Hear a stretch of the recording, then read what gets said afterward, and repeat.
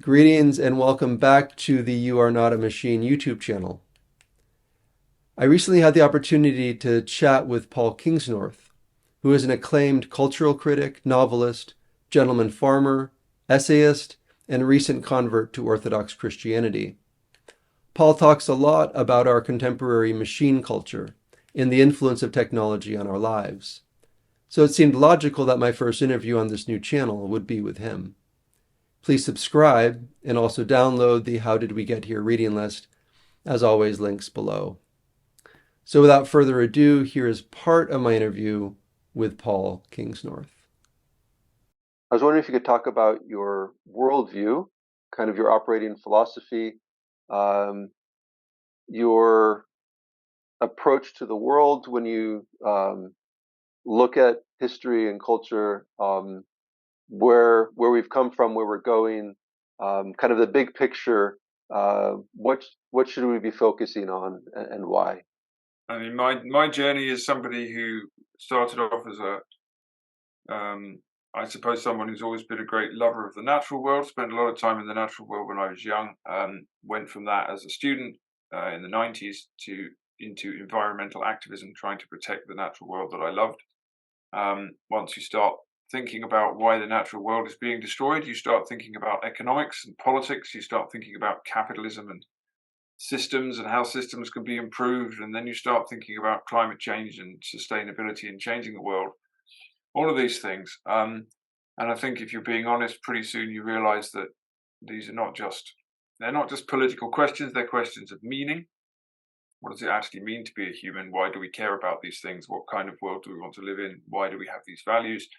Those are really spiritual questions in the broadest sense of the word. They're not They're questions of our operating philosophy, as you put it. Why do we have particular values? Why do we see the world in a certain way? What is the world anyway? So for me, from my 40s, particularly, I started diving into spiritual paths. I was a Buddhist for quite a long time. I spent a lot of time studying mythology. I went on fasts in the woods. I practiced Wicca, form of sort of neo-paganism, for a year or two. And I ended up, to my surprise, as an Orthodox Christian. Um, Fundamentally, my worldview now is that we are undergoing, certainly in the West, a real cultural crisis, a cultural collapse, actually. Our values are disintegrating. We don't know what our culture is. We're having a culture war, which is a kind of sublimated um, political war as well. Um, we have a changing climate. We have a system that's really not working in a lot of ways. And I think the conclusion I've come to is that that is a spiritual crisis, in the sense that it's about these big questions. What is the world? Who are we? What are our values? Where do they come from? So my my worldview at the moment is that until we can really dig deep into that level of things, without just talking about the surface stuff about politics and economics, we're not going to get to the root of what the problem is.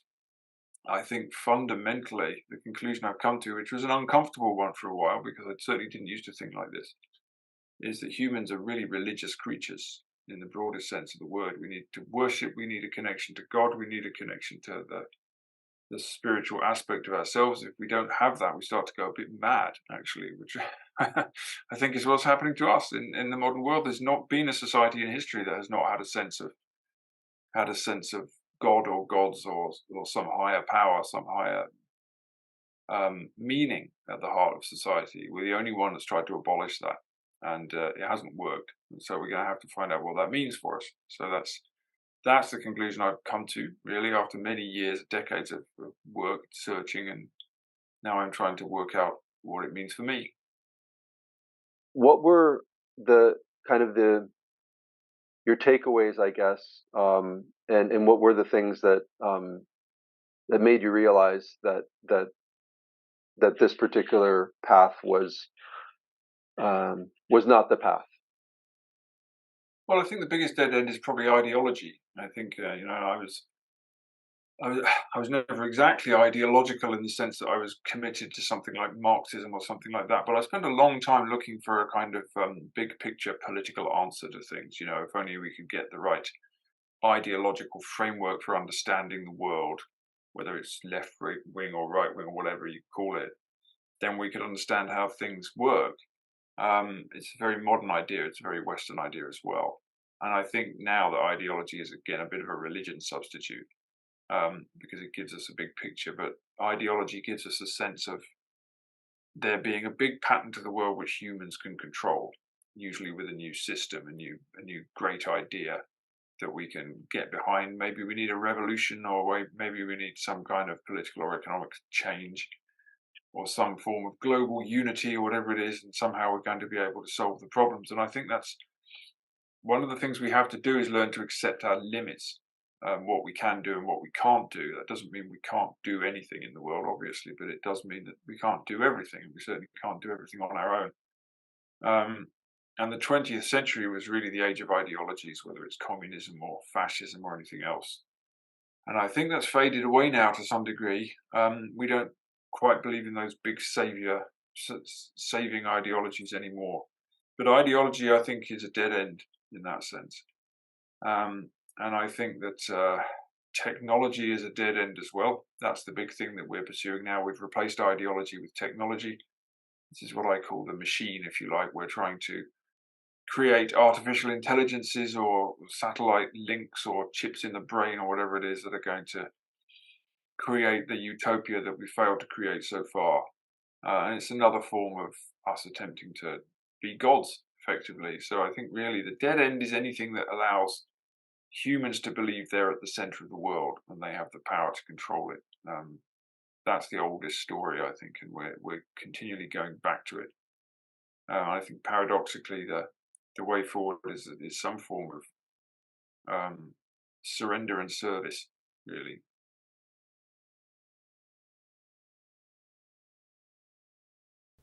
Hello again. I hope you enjoyed this installment from my interview with Paul Kingsnorth. As always, please subscribe and also download the How Did We Get Here reading list. As always, links below. And I will see you soon.